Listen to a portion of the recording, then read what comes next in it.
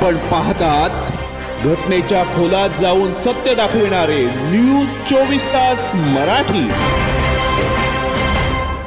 रोह्यात अनेक रेल्वे गाड्यांवर दगडफेक, मालमत्तेचे नुकसान करू नये असे रेल्वे पोलिसांचे आवाहन।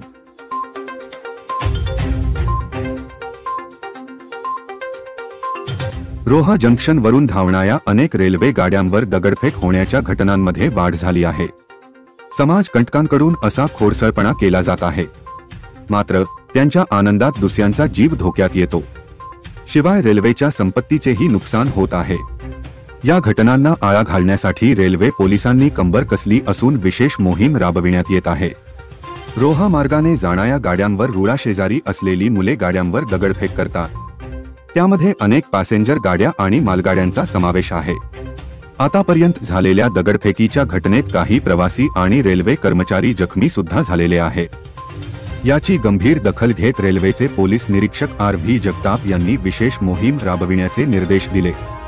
त्यानुसार पोलीस उपनिरीक्षक RK यादव, सहाय्यक पोलीस निरीक्षक ML मीना यांच्या नेतृत्वाखाली मध्य रेल्वेचे पथक तयार करण्यात आले असून दगड फेकणाऱ्यांची धरपकड सुरू आहे।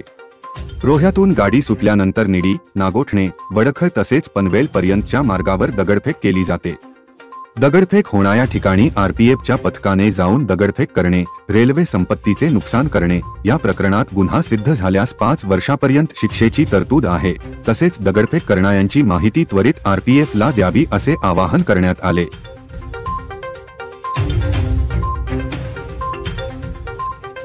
घटनेच्या खोलात जाऊन सत्य दाखविणारे न्यूज 24 तास मराठी।